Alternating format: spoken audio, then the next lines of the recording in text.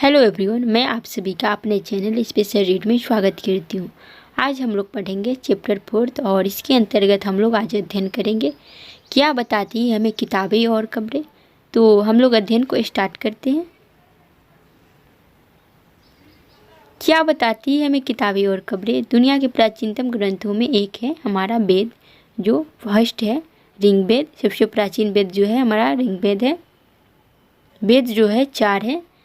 ऋग्वेद सबसे पुराना और प्राचीन है। ऋग्वेद, सामवेद, यजुर्वेद तथा अथर्ववेद। सबसे पुराना वेद है ऋग्वेद, जिसकी रचना लगभग 3500 साल पहले हुई। ऋग्वेद में 1000 से ज़्यादा प्रार्थनाएं हैं जिन्हें सूक्त कहा गया है। सूक्त का मतलब है अच्छी तरह से बोला गया। ये विभिन्न देवी देवताओं की स्तुति में रचे गए हैं। इनमें से 3 देवता बहुत महत्वपूर्ण हैं, अग्नि, इंद्र और सोम।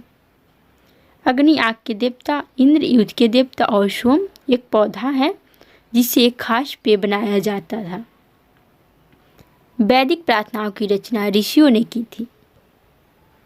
आचार्य विद्यार्थियों को इन्हें अक्षरों, शब्दों और वाक्यों में बांटकर स्वर पाठ द्वारा कंठस्थ करवाते थे। अधिकांश सूक्तों के रचयिता सीखने और सिखाने वाले पुरुष थे। कुछ प्रार्थनाओं की रचना महिलाओं ने भी की थी। ऋग्वेद की भाषा प्राक संस्कृत या वैदिक संस्कृत कहलाती है। तो ऋग्वेद की जो भाषा है प्राक संस्कृत या वैदिक संस्कृत कहलाती है। स्कूल में हम लोगों ने संस्कृत पढ़ा भी है, परंतु जो है ये जो प्राक संस्कृत है इसे थोड़ा भिन्न है। संस्कृत और अन्य भाषाएं। संस्कृत भाषा भारत यूरोपीय भाषा परिवार का हिस्सा है। तो संस्कृत भाषा जो है भारत और यूरोपीय भाषा परिवार का हिस्सा है। भारत की कई भाषाएं असमिया, गुजराती, हिंदी, कश्मीरी और सिंधी, एशियाई भाषा जैसे फारसी तथा यूरोप की बहुत सी भाषाएं जैसे अंग्रेजी, फ्रांसीसी, जर्मन, यूनानी, इतालवी, स्पेनिश आदि इसी परिवार से जुड़ी हुई हैं। उन्हें एक भाषा परिवार इसलिए कहा जाता है क्योंकि आरंभ में उनमें कई शब्द एक जैसे थे। उदाहरण के लिए मातृ संस्कृत में हम लोग कहते हैं मातृ, और माँ हिंदी में कहते और मदर अंग्रेजी में कहते हैं, परंतु कहते तो माँ को ही हैं। संस्कृत में मातृ कहते और हिंदी में माँ कहते और इंग्लिश में मदर कहते हैं। क्या तुम्हें इनमें कोई समानता नज़र आती? तो क्या आप लोगों को इनमें कोई समानता नज़र आती है? आप लोग कमेंट बॉक्स में ज़रूर बताइएगा। उपमहाद्वीप में दूसरे भाषा परिवारों की भी भाषाएं बोली जाती है। उदाहरण के लिए पूर्वोत्तर प्रदेशों में तिब्बत बर्मा परिवार की भाषाएं बोली जाती है। तमिल, तेलुगु, कन्नड़ और मलयालम द्रविड़ भाषा परिवार की भाषाएं हैं, जबकि झारखंड और मध्य भारत के कई हिस्सों में बोली जाने वाली भाषाएं ऑस्ट्रो एशियाटिक परिवार से जुड़ी है। हम जिन किताबों को पढ़ते हैं वे लिखी और छापी गई है। ऋग्वेद का उच्चारण किया जाता था और श्रवण किया जाता था, न कि पढ़ा जाता था। रचना की कई सदियों बाद इसे पहली बार लिखा गया। इसे छापने का काम तो मुश्किल से 200 साल पहले हुआ। इतिहासकार ऋग्वेद का अध्ययन कैसे करते, तो अब हम इसके बारे में पढ़ते हैं। इतिहासकार पुरातत्ववेत्ताओं की तरह ही अतीत के बारे में जानकारी इकट्ठा करते हैं, लेकिन भौतिक अवशेषों के अलावा वे लिखित स्रोतों का भी उपयोग करते हैं। ऋग्वेद के कुछ सूक्त वार्तालाप के रूप में हैं। विश्वामित्र नामक ऋषि और देवियों के रूप में पूजित 2 नदियों व्यास और सतलुज के बीच यह संवाद एक ऐसे ही सूक्त का अंश है।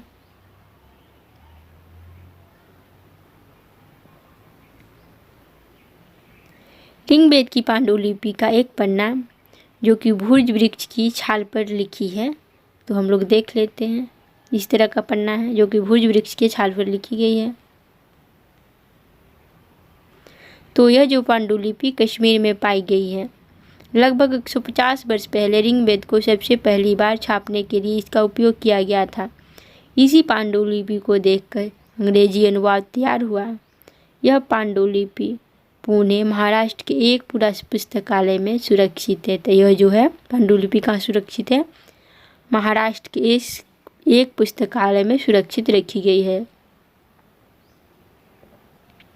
विश्वामित्र और नदियाँ। विश्वामित्र कहते हैं, हे नदियों, अपने बछड़ों को चाटती हुई दो दमकती गायों की तरह दो फुर्तीले घोड़ों की चाल से पहाड़ों से नीचे आओ।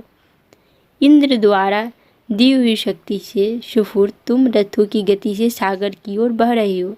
तुम जाल से परिपूर्ण हो और एक दूसरे से मिल जाना चाहती हो, तो इस नदियाँ जल से परिपूर्ण हम देवताओं के बनाए रास्ते पर चलती हैं। एक बार निकलने पर हमें रोका नहीं जा सकता। ऋषि, तुम हमसे प्रार्थना क्यों कर रहे हो? फिर विश्वामित्र बोले, हे बहनों, मुझ गायक की प्रार्थना सुनो।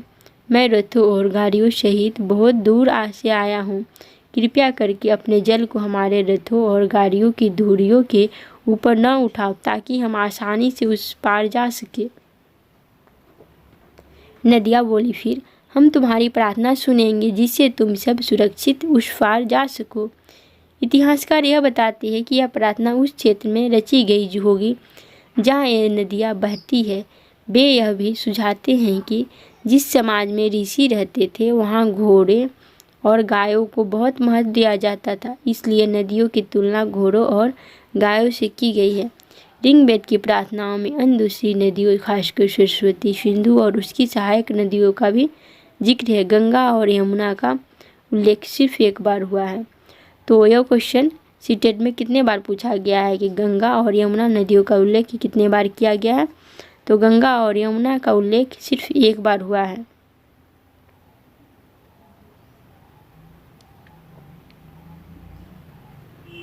मवेशी, घोड़े और रथ।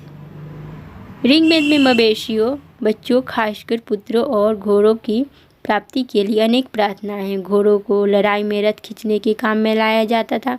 इन लड़ाइयों में मवेशी जीतकर लाए जाते थे। लड़ाइयाँ वैसे जमीन के लिए भी लड़ी जाती थी जहाँ अच्छे चारागाह हो या जहाँ पर जौ जैसी जल्दी तैयारी हो।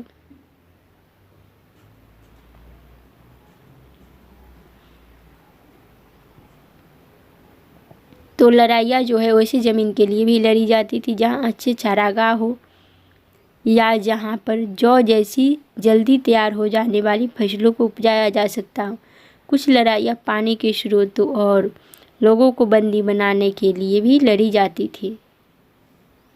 युद्ध में जीते गए धन का कुछ भाग सरदार रख लेते थे तथा कुछ हिस्सा पुरोहित को दिया जाता था। शेष धन आम लोगों में बांट दिया जाता था। कुछ धन यज्ञ करने के लिए भी प्रयुक्त होता था। यज्ञ की आग में आहुति दी जाती थी। ये आहुतियाँ देवी देवताओं को दी जाती थी। घी, अनाज और कभी कभी जानवरों की भी आहुति दी जाती थी। अधिकांश पुरुष इन युद्धों में भाग लेते थे। कोई स्थायी सेना नहीं होती थी, लेकिन लोग स्वभाव में मिलते जुलते थे और युद्ध व शांति के विषय में सलाह मशविरा करते थे। वहाँ ये ऐसे लोग को अपना सरदार चुनते थे जो बहादुर और कुशल योद्धा हो। लोगों की विशेषता बताने वाले शब्द। लोगों का वर्गीकरण काम, भाषा, परिवार या समुदाय, निवास स्थान या सांस्कृतिक परंपरा के आधार पर किया जाता था।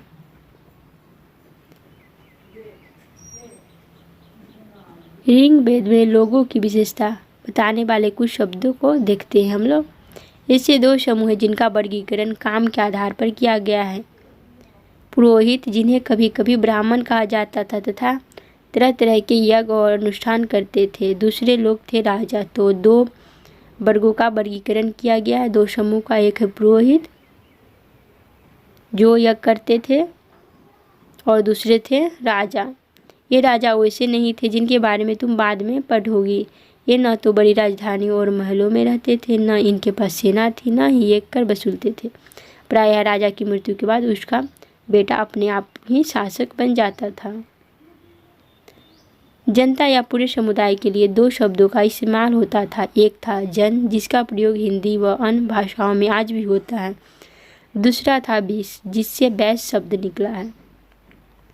ऋग्वेद में 20 और जनों के नाम मिलते हैं। तो ऋग्वेद में 20 और जनों के नाम मिलते हैं, इसलिए हमें पुरु जन या 20, भारत जन या 20, यदु जन या 20 जैसे कई उल्लेख मिलते हैं। तो हम लोगों ने पढ़ा भी है भरत जन, पुरुजन। तुम्हें इनमें से कोई नाम जाना पहचाना लगता है तो उन्हें देखते हैं हम लोग। जिन लोगों ने इन प्रार्थनाओं की रचना की वे कभी कभी खुद को आज कहते थे तथा अपने विरोधियों को दास या दस्यु कहते थे। दस्यु वे लोग थे जो यज्ञ नहीं करते थे और शायद तुम दूसरी भाषाएं बोलते थे। बाद के समय में दास स्त्रीलिंग दासी शब्द का मतलब गुलाम हो गया। दास वे स्त्री और पुरुष होते थे जिन्हें युद्ध में बंदी बनाया जाता था। उन्हें उनके मालिक की जायदाद माना जाता था। जो भी काम मालिक चाहते थे उन्हें वह सब करना पड़ता था। जिस युग में महाद्वीप के उत्तर पश्चिम में ऋग्वेद की रचना हो रही थी उसी समय दूसरी जगहों पर एक अलग तरह का विकास हो रहा था। तो देखते हैं हम लोग खामोश प्रहरी कहानी महापाषाणों की। ये शिलाखंड महापाषाण बड़ा पाषाण पत्थर नाम से जाने जाते। ये पत्थर दफन करने की जगह पर लोगों द्वारा बड़े करीने से लगाए गए थे। महापाषाण कब्रें बनाने की प्रथा लगभग 3000 साल पहले शुरू हुई। यह प्रथा दक्षिण भारत, उत्तर पूर्वी भारत और कश्मीर में प्रचलित थे।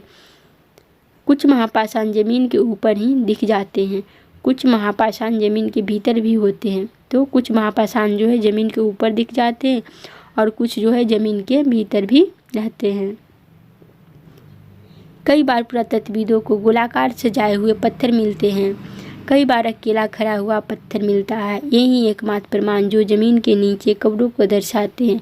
महापाषाणों के निर्माण के लिए लोगों को कई तरह के काम करने पड़ते थे। गड्ढे खोदना, शिलाखंडों को ढोकर लाना, बड़े पत्थरों को तराशना और मरे हुए को दफनाना। इन सब कब्रों में कुछ असमानताएं हैं। तो इन सब कब्रों में जो है कुछ समानता है। सामान्यतः मृतकों को खास किस्म के मिट्टी के बर्तनों के साथ दफनाया जाता था, जिन्हें काले लाल मिट्टी के बर्तन, ब्लैक एंड रेड बेयर के नाम से जाना जाता है। इनके साथ ही मिले हैं लोहे और के औजार और हथियार, घोड़ों के कंकाल और सामान तथा पत्थर और सोने के गहने।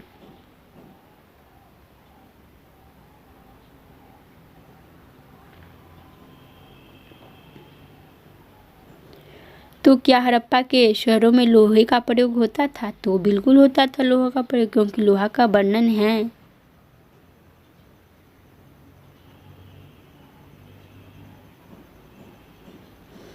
कई बार पुरातत्वविदों को गोलाकार सजाए हुए पत्थर मिलते हैं, कई बार अकेला खड़ा हुआ पत्थर मिलता है। ये ही एकमात्र प्रमाण जो जमीन के नीचे कब्रों को दर्शाते हैं।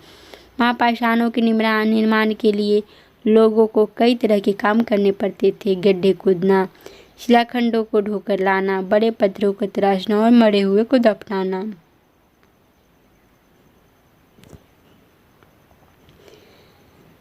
यदि आप लोगों को वीडियो पसंद आए तो लाइक और चैनल को सब्सक्राइब अवश्य कर दीजिएगा, जिससे आप लोगों को नोटिफिकेशन मिलता रहे।